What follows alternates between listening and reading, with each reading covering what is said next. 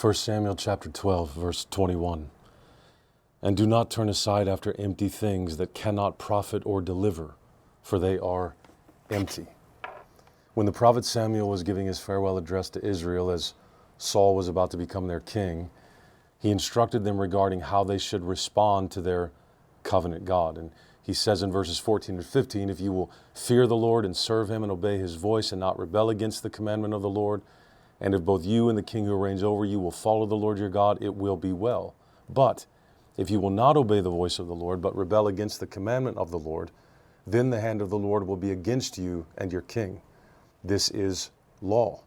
The commands are very clear, that are also holy and righteous and good. It is God's way, which leads to blessing, or in Israel's case, it was my way, which leads to cursing.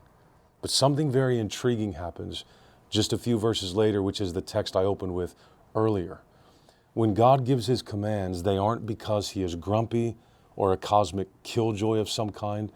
The commands of the Lord are an invitation into wholeness and wellness for our souls and for our neighbors. They are what they are not only because God is our creator and so he obviously knows what is best for us, but also because his commandments are wise. They make the most sense.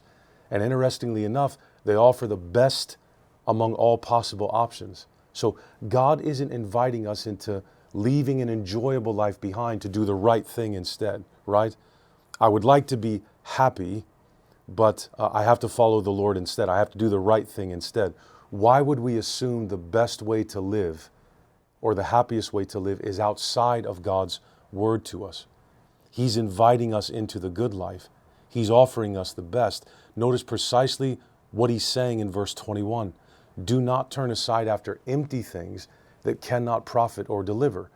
In context, that means don't turn aside to the opposite of me.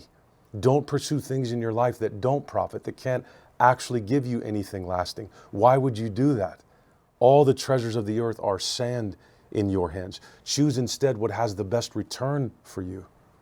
Jesus doesn't tell us, for example, not to store up treasures in Matthew 6. He tells us to store them up in heaven, precisely so we won't lose them.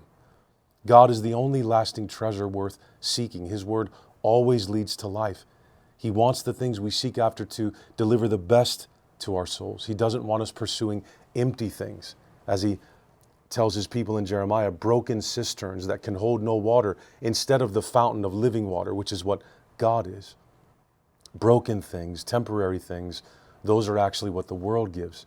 Stale instead of living water, tin instead of gold, stale bread instead of bread from heaven, all while promising us the best. But none of the things of this world satisfy. God knows this, and so he feeds our souls by his word. He gives us his son. Later, when Jesus ministered on the earth, he invited us in much the same way in texts like Matthew 16:25. Why would you lose your life? You don't want to lose your soul. You want to gain it. You want to keep it forever. So die and follow me. Don't be a fool and give it all away for nothing. Keep it. Save your life, is what he's really saying. So when Jesus calls us to die, he's actually pleading with us to live. We won't find life if we seek it on the earth. He loves us. He is the only one whose every intention for us is always good and holy and perfect. He is always what is best and what is lasting. And so heeding the voice of the Lord will never leave us empty. It really is finished.